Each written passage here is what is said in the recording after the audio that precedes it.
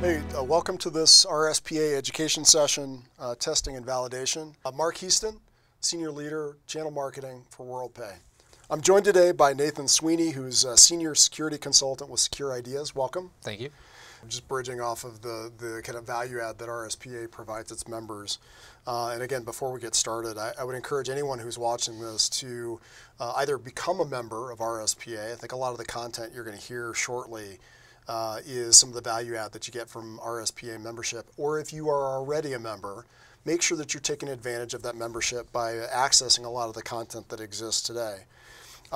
For example, some of the benefits of membership include free legal advice, contracts and agreements, important information on EMV shift. There's quite a bit of content around that. And then the Member Business Resources Portal is a fantastic place for you to access a lot of this content. For example, there are several hundred documents and resources that are available, including customer contracts and agreements, internal and employee documents so you can manage the operations of your business, security, PCI resources, EMV content, as I mentioned just a second ago, webinars, videos, white papers, learning tracks that allow you to be as educated on EMV as anyone in the industry, and of course information on security, which is the reason why we're talking to Nathan today. So Nathan, as we jump in and talking about testing and validation, can you just ground us on what testing and validation means and why it's important for merchants? Yeah, so I've got 4 kids, and I can tell them to go clean their room, and they may start cleaning their room, but if I'm not paying attention, 5 minutes later, they're not cleaning their room. They're making a mess playing with something else or whatever. Everything in our world is like that. We set something in place, and if we forget about it and just leave it, it's going to change. Change happens all the time. So the idea of testing and validation is that we're going to go validate what is supposed to be there, what we think is happening. We're going to validate and verify the configuration that we think is in place and make sure that it stays the way it's supposed to be. That's a wide topic. There's a wide range of things. This is something that every merchant needs to do, every company needs to do. They need to make sure that, hey, here's our policies, here's our configuration standards and whatnot. Are we really still doing the things that we say we're doing? Are our systems still set up the way we think they're set up? Because what ends up happening is you bring on risk to the organization. You have flaws, you have vulnerabilities, and you don't even know it because you think it's somewhere else. So I know your answer to this. There's no set it and forget it when it comes to security and running my business. No, not at all. Yeah. There are certain things that you can have more confidence that they're going to be changed, maybe less often or more often or whatnot like that. Every situation's a little bit unique, but you have to verify that it is the way it is. So a business-related question: testing and validation as a reseller.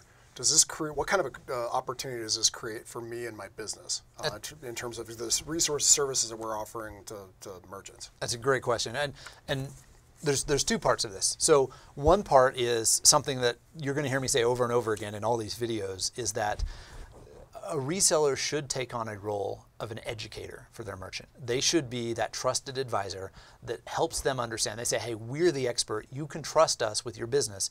You can trust us with your bread and butter. We're going to take care of you. You have questions, you come to us. So that's one side of it, is being that guy that can come and say, hey, no, this changed. We need to fix this. The other side of it, maybe a little bit more practical, is that there are a lot of opportunities. In this space, we call it MSSPs, Managed Security Service Providers. The idea is that you're going to provide a security service to these merchants that it brings back recurring revenue. Just some examples of types of what those services might look like.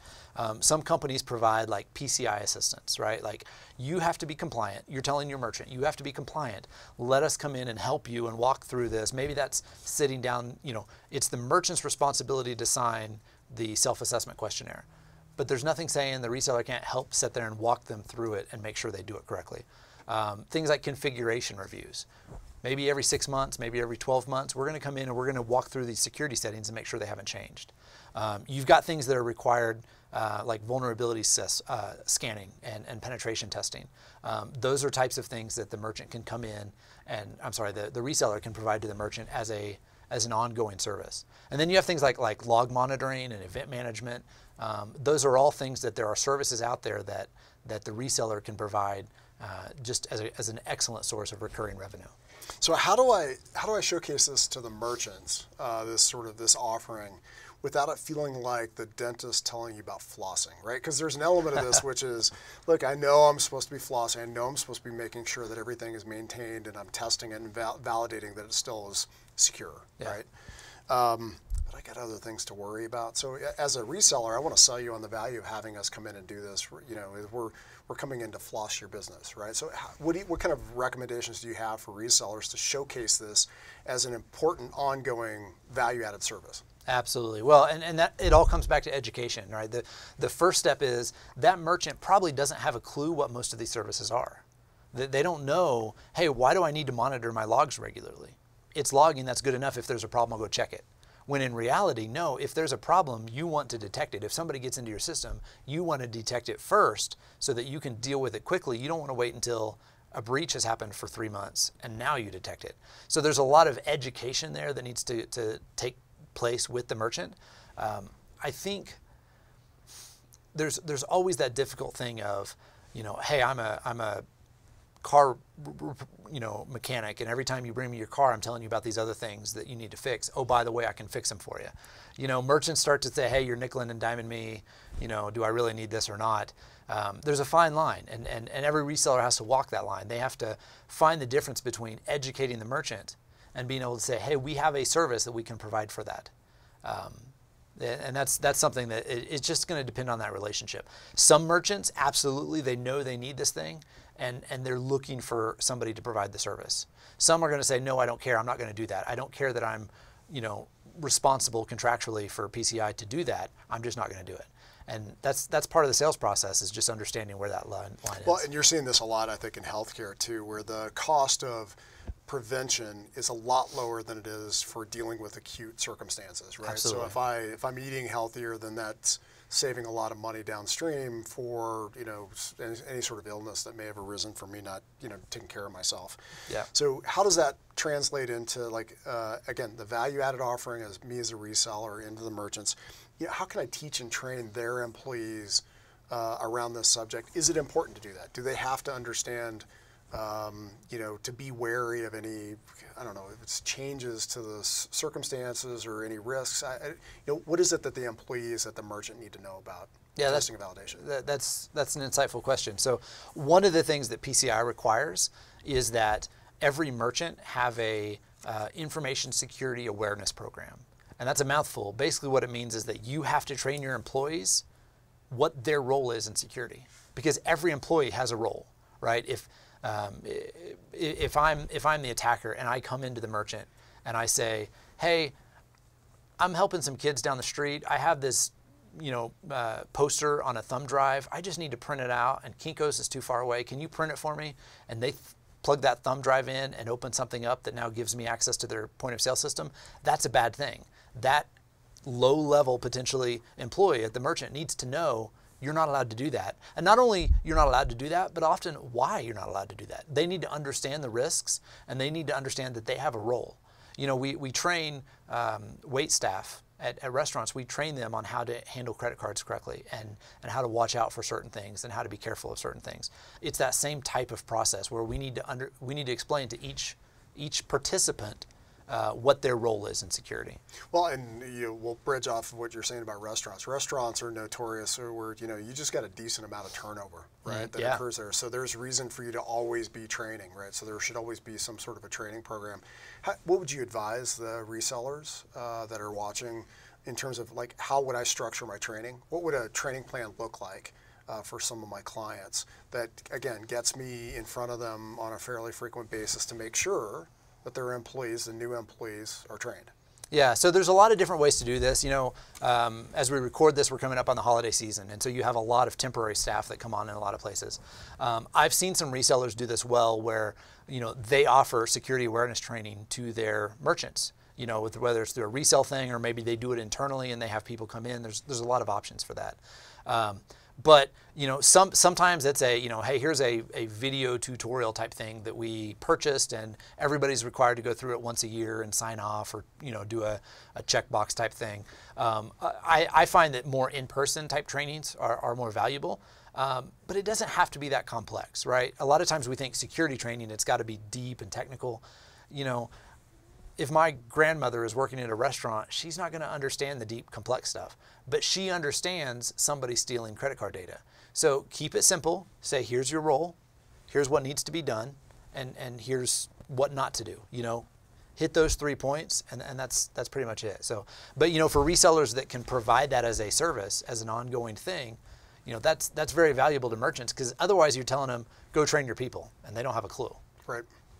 Let's talk about PCI DSS for a second. So what are the recs? What are the requirements for testing and validation around this? I know you touched on it a little bit before, but yeah, can you elaborate further? Absolutely. So PCI gets really complicated with this type of stuff. This data security standard was really written for very large companies that have a large IT team and a staff of security people and lots of money to dedicate to security. It doesn't translate very well to small merchants, and that's a problem for a lot of people, because contractually they're signing the line saying, I will do this stuff, but they don't have any good resources to do it.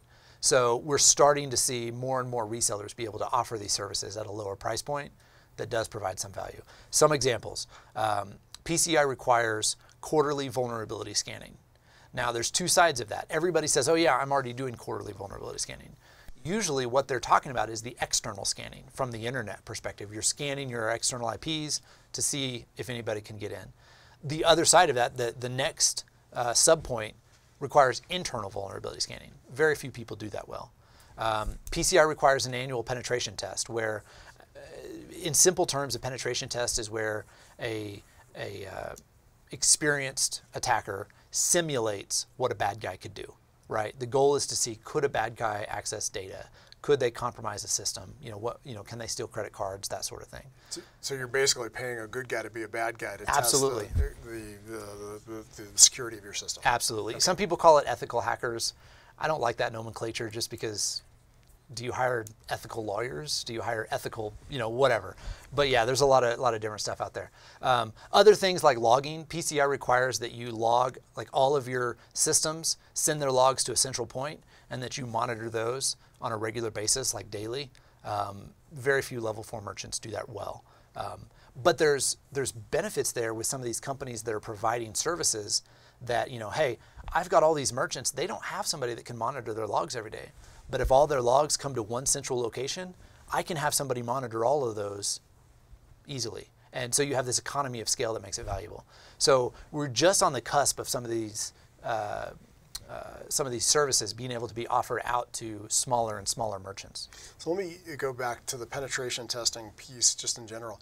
Is that an opportunity for me to build that capability within my business? Or is that something where it's better for me to go out to the ecosystem to, you know, bring somebody on board like Nathan Sweeney and have you and your team come in and provide that? It feels like it's a value-added offering for me as a reseller to merchants, right? But the question is it the kind of thing where I could build some of that expertise up in-house? Or is it better simply to go with folks that do it every day? That's a great question. And if you don't mind, I'm going to expand that a little bit to really all of these services. It really depends on the reseller. You know, there are some things. Pen testing is probably the most complex of all the services I've talked about. You know, it's easy to train somebody to go do a configuration review and say, check these things, make sure they say this, good to go. The world of information security changes constantly. There's new attacks that are coming out, there's new defenses that are coming out, there's new vulnerabilities literally every day. So to train up somebody internally to do pen testing, I won't say it's not possible, but it's very hard. So there are services like that where most companies will want to partner with a third party that can provide those. And there's lots of options out there to provide those services. And then, well, I mean, we've kind of touched on it already, but just to put a finer point on it is penetration testing, testing and validation, just in general, kind of the broadest sense of what we're talking about here. This is an opportunity for me to grow my reseller business, to deepen my relationship with as a trusted advisor to the merchants. Is there anything that we've not covered that you think is important to note? Yeah, I think there's value there that people don't realize, because what's happening is when you're getting that face time with the merchant, when you're providing them, you know, let's say something happens in the log. That's now an opportunity for a technician to call them and say, hey, we noticed this. Does this correlate to something else that you know about? If not, do we need to dive in a little bit deeper and see what's going on? Now that you've got them on the phone, you've called them instead of waiting for them to call you. You can say, hey, is there anything else going on? And that's the opportunity for them to say, yeah, you know, that kitchen printer we have over here isn't working anymore. Or that, you know, cash drawer on lane 6, where it's sticky. Can you send somebody out to fix it? So having those opportunities is really valuable. The other thing is, and we've talked about this a little bit, is that when you position yourself as that trusted advisor for security, when they start looking at competitors, or when people come in and say, hey, why are you paying them? I can do this for less price. It's an opportunity for them to say, well, yeah, but what do you know about this? This guy over here, he takes care of me because he knows about security, he knows about compliance. Now all of a sudden you've differentiated yourself from your competitors in a way that's really hard for people to keep up. That's a really interesting point, because we've talked about security. Security ends up being a way that I can sell my services to you as a new merchant or as an existing merchant, and kind of sell me as a value add for your business. Mm-hmm. What you're suggesting there is that sort of ongoing touch strategy of being in front of my merchants, talking about the latest changes in security, some of the other topics that we've covered in previous videos, gives me an opportunity to retain those customers. Absolutely. Right? So it's a retention and acquisition strategy, where security is, again, kind of a very important way for me to show value of what we can provide, not just simply handling the transactions, but protecting your business in many ways. Well, in addition to that, maintaining customers, you're adding recurring revenue that, you know, instead of traditionally a lot of point of sale business was, here you make a big sale, and, you know, I mean, you might sell some other little, you know, accessories and maintenance stuff over the years, but you're not going to get another big sale for, you know, 5, 8, 10 years down the road. Yeah. Whereas this gives you an opportunity to have that constant revenue coming in that makes it a little bit easier on the bottom line. Great. Nathan, thank you very much for being here and walking through this with us. For those who are watching, if they're interested in learning more about this topic or any of the others related to security and helping run their business, or, you know, becoming more trusted advisor status with their merchants, how can they get in touch with you? Yeah, so the first thing they can do is if they're an RSPA member already, they can reach out to me. You can email me at securityadvisor@gorspa.org. And if you don't remember that, our website here, gorspa.org, when you log in as a member, there's a form that you can fill out. It's called Ask an Advisor. You type in whatever your question is, and it'll send it to me. And then if we have questions, or if we have, you know, more detail that we need to follow up on, we can schedule a phone call and get more technical. The other thing is I'll be at you know, the RSPA conferences like Inspire in the winter and Retail Now in the summer. So, you know, if you have a chance to come to those, we'll have sessions where you can, you know, kind of as a group we can participate and learn. But we'll also have time for one-on-one. So if somebody has a question that they, you know, maybe is a little bit more confidential and they don't want to open it in front of a crowd, we can dive in and discuss how to handle those situations. Great. Nathan, thank you very much. Thanks a lot, Mark.